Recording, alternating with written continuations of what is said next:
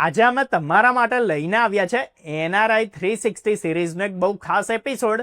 એમાં આપણે સમજીશું કે ભાઈ એનઆરઆઈઝ માટે પેન કાર્ડ કેમ જરૂરી હોય છે, એની વગર તમે કઈ કઈ ફાઇનાન્શિયલ એક્ટિવિટીઝમાં તકલીફ અનુભવી શકો છો અને એને એપ્લાય કરવાનો સાચો રસ્તો કયો છે. જો તમે ભારતમાં ઇન્વેસ્ટ કરી રહ્યા છો, પ્રોપર્ટી ખરીદી રહ્યા છો, એનઆરઆઈ એકાઉન્ટ ખોલાવવા માંગો છો, તો આ ઇન્ફોર્મેશન તમારા માટે બહુ જરૂરી છે. હવે સૌથી પહેલા જાણી લઈએ કે કયા કયા એનઆરઆઈઝને પાન કાર્ડની જરૂર પડે છે. તો જો તમે ભારતમાં એનઆરઈ કે એનઆરઓ સેવિંગ્સ એકાઉન્ટ ખોલાવવા માંગો છો કે પછી શેર, મ્યુચ્યુઅલ ફંડ, રિયલ એસ્ટેટમાં ઇન્વેસ્ટ કરી રહ્યા છો, તો પેન કાર્ડ હોવું બહુ જરૂરી છે. આ સિવાય જો તમને ભારતથી રેન્ટલ ઇન્કમ મળી રહી છે, ડિવિડન્ડ મળી રહ્યું છે કે કોઈ બિઝનેસમાં અર્નિંગ થઈ રહ્યું છે, તો આ બધા પર ટેક્સ કમ્પ્લાયન્સ માટે પેન કાર્ડ જરૂરી છે. અને હા, જો તમે ભારતમાં કોઈ પ્રોપર્ટી ખરીદો છો કે પછી વેચો છો કે પછી લોન કે ક્રેડિટ કાર્ડ એપ્લાય કરવા માંગો છો, તો પણ પેન કાર્ડ તમારા માટે બહુ જરૂરી હોય છે. હવે વાત કરીએ પાન કાર્ડના ટાઈપ્સની. તો એનઆરઆઈઝ માટે મુખ્ય 3 રીતના પેન કાર્ડ્સ હોય છે. એક તો ઇન્ડિવિજ્યુઅલ્સ માટે, એટલે કે તમે પોતે પાન માટે એપ્લિકન્ટ હોવ છો. બીજું કંપનીઝ કે બિઝનેસ માટે, જો કોઈ ફોરેન કંપની ભારતમાં ફાઇનાન્શિયલ ઓપરેશન્સ કરે છે. અને ત્રીજું કે ભાઈ ફોરેન નેશનલ માટે, કે જે ભારતમાં ઇન્વેસ્ટ કે બિઝનેસ કરવા માટે પેન નંબર લેવા માંગે છે.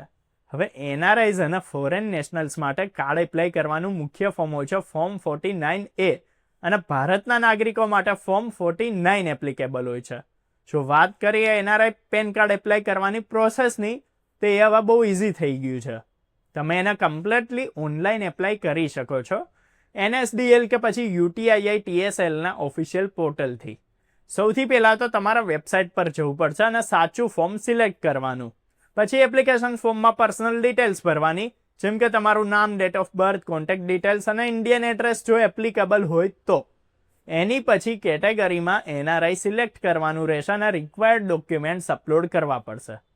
હવે પેમેન્ટ ઓનલાઈન કરી શકાય છે નેટ બેન્કિંગ, ક્રેડિટ કાર્ડ કે પછી ઇન્ટરનેશનલ ડેબિટ કાર્ડથી. સબમિટ કર્યા પછી તમને એકનોલેજમેન્ટ નંબર મળશે, જેને તમે એપ્લિકેશન ટ્રેક કરવા માટે યુઝ કરી શકો છો. તો કેટલાક કેસીસમાં ફિઝિકલ સેલ્ફ અટેસ્ટેડ ડોક્યુમેન્ટ્સ પણ મોકલવા પડી શકે છે. હવે વાત કરીએ ડોક્યુમેન્ટ્સની. જો તમે એનઆરઆઈ છો અને ઇન્ડિયન સિટીઝન છો, તો આઈડેન્ટિટી પ્રૂફ માટે પાસપોર્ટ કોપી જોઈશે. એડ્રેસ પ્રૂફ માટે overseas bank statement, NRE NRO account statement કે પછી OCI PIO કાર્ડ સબમિટ કરવું પડશે. ડેટ ઓફ બર્થ માટે પણ પાસપોર્ટ કે કોઈ ગવર્મેન્ટ ઇસ્યુડ ડોક્યુમેન્ટ ચાલી જશે. જો તમે ફોરેન સિટીઝન કે પછી ફોરેન એન્ટિટી છો, તો પછી પાસપોર્ટ કોપી, કરંટ કન્ટ્રીનું bank statement, certificate of incorporation companies માટે અને અટેસ્ટેશન બાય ઇન્ડિયન એમ્બેસી કે પછી ઓથોરાઇઝ્ડ ઓફિશિયલ્સની જરૂર હોય છે.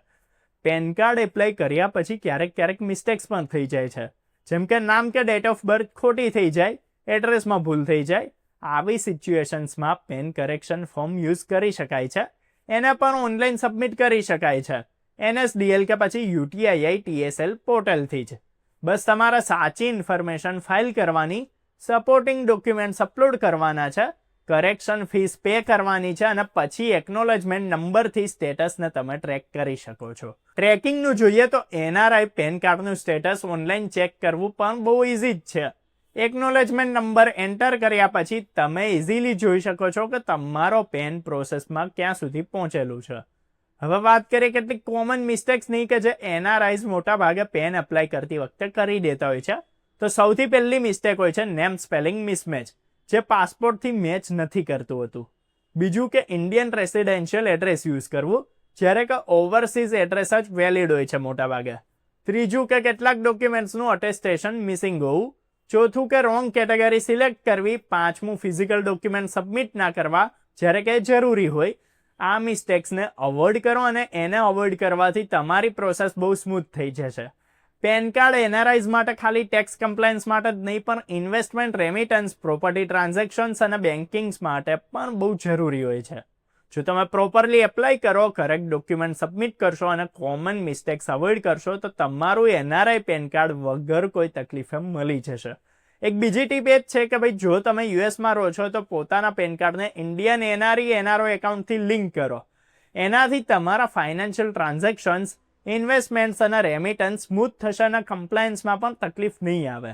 એની સિવાય પેનનું પ્રોપર મેન્ટેનન્સ કરવું પણ બહુ જરૂરી છે, કેમ કે લોંગ ટર્મમાં એ તમારા માટે કેટલાય ફાયદા લઈને આવે છે. તો આપણે જોયું કે ભાઈ એનઆરઆઈસ માટે પેન કાર્ડ કેમ જરૂરી છે, કોને માટે જરૂરી છે, કેવી રીતે એપ્લાય કરવાનું, કયા ડોક્યુમેન્ટ સબમિટ કરવાના હોય છે, મિસ્ટેક્સ કેવી રીતે અવોઇડ કરવી અને એરર્સ કેવી રીતે રેક્ટિફાઈ કરવી. ત્યારે વિડીયો પસંદ આવ્યો તો લાઈક કરજો, જેને કામનો હોય એને શેર કરજો. આવા જ વિડીયોઝ માટે, ઇન્ફોર્મેશન અપડેટ્સ માટે જોતા રહો, ફોલો કરો, સબસ્ક્રાઇબ કરો અર્બન ગુજરાતી.